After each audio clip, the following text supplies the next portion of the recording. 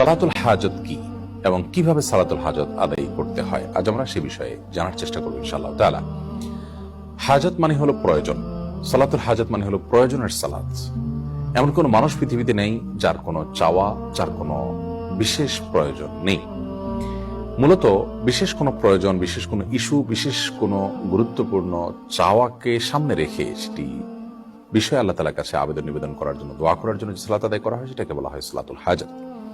সালাতুল হাজত এই নামে, এই শব্দে আলাদা করে কোন সালাতের কথা হাদিসে সেভাবে বর্ণিত না হলেও মৌলিকভাবে সালাতুল হাজত বা বিশেষ প্রয়োজনের প্রেক্ষিতে সালাত আদায় করা এই বিষয়টি প্রমাণিত।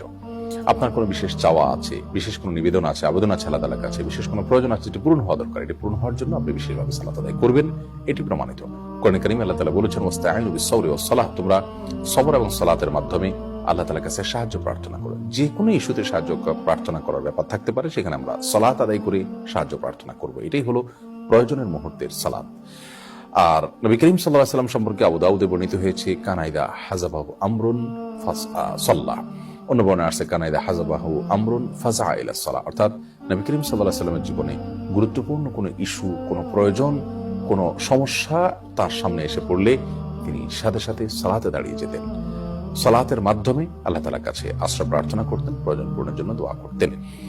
বিশ্ববিখ্যাত মুহাদ্দিস মোল্লা আলী কারি রাহিমাহুল্লাহ তিনি বলেছেন যে এই সালাত যে নবী সাল্লাল্লাহু আলাইহি ওয়াসাল্লাম প্রয়োজন হলে সালাতে দাঁড়িয়ে যেতেন, এটা কি সালাতুল হাজত বলা যেতে পারে, অর্থাৎ প্রয়োজনের মুহূর্তের সালাত এটাই, যেহেতু এটার বিশেষ কোনো কাইফিয়ত বা পদ্ধতি বা বিশেষ কোনো সময় ঠিক করা নাই, যে কোনো সময় এটি পড়া যেতে পারে। যদিও সালাতুল হাজতের একটি আলাদা ফরম্যাট বা ভিন্নতর একটা ফরম্যাটের কথা তিরমিজির একটি বর্ণনা বর্ণিত হয়েছে, সেই বর্ণনাটি মুহাদ্দিসদের মূল্যায়ন, অনেক মুহাদ্দিসদের মূল্যায়ন অনুযায়ী সেটি সহিহ বা বিশুদ্ধভাবে বর্ণিত নয়, বরং সেটি সনদ নিয়ে অনেকে আপত্তি তুলেছেন, সেটিকে দুর্বল বলে বলেছেন। তো সেই বিশেষ পদ্ধতিটা যেটি ওই দুর্বল হাদিসে বর্ণিত হয়েছে সেটা জানিয়ে রাখছি। সেটি হলো এরকম যে আপনি কোনো প্রয়োজন পূরণের জন্য সুন্দর করে উত্তম রূপে ওযু করে এরপর 2 রাকাত সালাত আদায় করে তারপর আল্লাহ তাআলা প্রশংসা করে নবী সাল্লাল্লাহু আলাইহি ওয়াসাল্লামকে দরুদ পাঠ করার পর একটি দোয়া পেশ করবেন। দোয়াটি হলো লা ইলাহা ইল্লাল্লাহুল হালিমুল কারীম, সুবহানাল্লাহি রাব্বিল আরশিল আযীম, আলহামদুলিল্লাহি রাব্বিল আলামিন, আসআলুকা মুজিবাত রাহমাতিক ওয়া আযাইমা মাগফিরাতিক ওয়াল গনিমাতা মিন কুল্লি বির ওয়াস সালামাতা মিন কুল্লি ইফম লা তাদা লানা দামমান ইল্লা গফারতা ওয়া লা হাম্মান ইল্লা ফাররাজতা ওয়া লা হাজাতান হিয়া লাকা রিদান ইল্লা কাদাইতাহা ইয়া আরহামার রাহিমিন।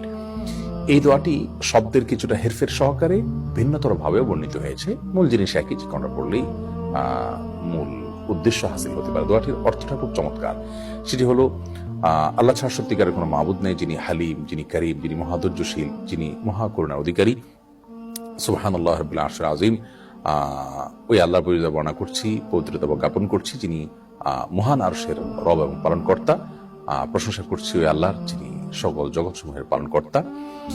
আসআলুকা মুজিবাত রাহমাতিক, হে আল্লাহ আপনার কাছে আমি চাই এমন জিনিস, এমন আমল, এমন দোয়া যা আপনার রহমতকে আবশ্যক করে দিবে আমার জন্য, এবং আপনার ক্ষমা লাভের যে উপায় উপকরণ আছে সেটি আপনার কাছে আমি চাই, এবং ওয়াল গনিমাতা মিন কুল্লি বির, সকল ভালো কাজ করার সৌভাগ্য আমি যেন পাই সেটি চাই, ওয়াস সালামাতা মিন কুল্লি ইসম, সকল পাপ থেকে নিরাপত্তা যেন আমি লাভ করতে পারি, নিরাপদ যেন থাকতে পারি সেটা আমি আপনার কাছে চাই।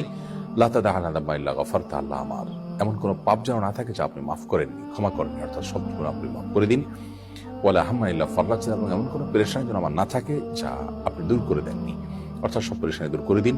এবং আমার এমন কোনো প্রয়োজন যেন না থাকে যে প্রয়োজনটা পূর্ণ হওয়ার মাঝে আমার কল্যাণ নিহিত আছে, এবং যাতে আপনার সন্তুষ্টি আছে, সেই প্রয়োজন যেন অবশ্যই আপনি পূর্ণ করে দিন। তো দোয়াটির অর্থ বেশ চমৎকার। এমনিতেও আমরা সাধারণভাবে দোয়াটি পাঠ করতে পারি। আর খোলাসা কথা হলো, কোনো বিশেষ প্রয়োজনে, কোনো ইস্যুতে আপনি ওযু করে 2 রাকাত সালাত